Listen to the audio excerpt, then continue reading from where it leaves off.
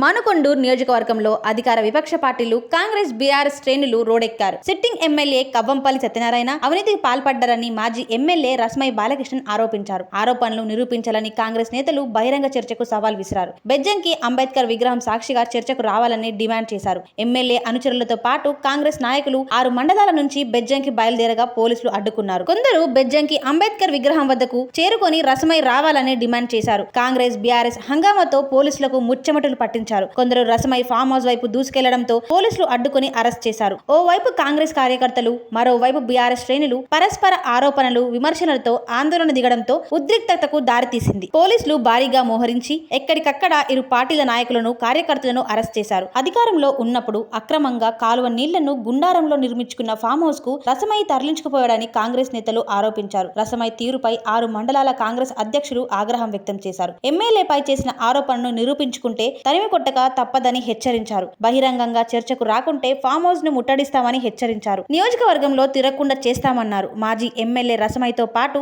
BRS శ్రేణులు కాంగ్రెస్ వైఖరిని ఎండగట్టేందుకు సిద్ధం కాగా పోలీసులు అడ్డుకొని అరెస్ట్ చేశారు. బెజ్జంకి మండలం గుండారంలోని ఫామ్ హౌస్ లో ఉన్న రస్మై గృహం నిర్బంధం చేశారు. కాంగ్రెస్ తీరు, ఎమ్మెల్యేల వైఖరిపై రస్మై బాలకృష్ణన్ ఆందోళన వ్యక్తం చేశారు. తాను చేసిన ఆరోపణలు నిరూపించుకునేందుకు సిద్ధంగా ఉన్నానని, విచారణ జరిపిస్తే అన్ని బయట పెడతానని స్పష్టం చేశారు. ఎమ్మెల్యే అవినీతిని కప్పిపుచ్చుకోవడానికి 6 మండలాలకు చెందిన కాంగ్రెస్ శ్రేణులు తన ఫామ్ హౌస్ పై దాడి చేసి చంపేందుకు ఉసిగొల్పాడని ఆరోపించాడు. ప్రజాక్షేత్రంలో ఎదుర్కొంటామని స్పష్టం చేశారు. కొద్ది రోజులుగా మానుకొండూరు నియోజకవర్గంలో ఎమ్మెల్యే, మాజీ ఎమ్మెల్యేల మద్యం మాటలతో యుద్ధం కొనసాగుతుంది. చివరకు బహిరంగంగా చర్చకు సవాలు పర్వం ఉద్రిక్తతకు దారితీసింది. ఇరు పార్టీ శ్రేణులను అరెస్టు చేసిన పోలీసులు తాత్కాలికంగా ఆందోళనను కట్టుదిట్టం చేశారు. ఇరు పార్టీలు తగ్గేదే లేదంటూ ఎంతటికైనా తెగించడంతో రాజకీయ పోరాటం ఎటువైపు దారితీస్తుందోనని సర్వత్రా రాజకీయం చర్చనీయంగా మారింది. ప్రభాత సూర్యుడు జాతీయ తెలుగు దినపత్రిక.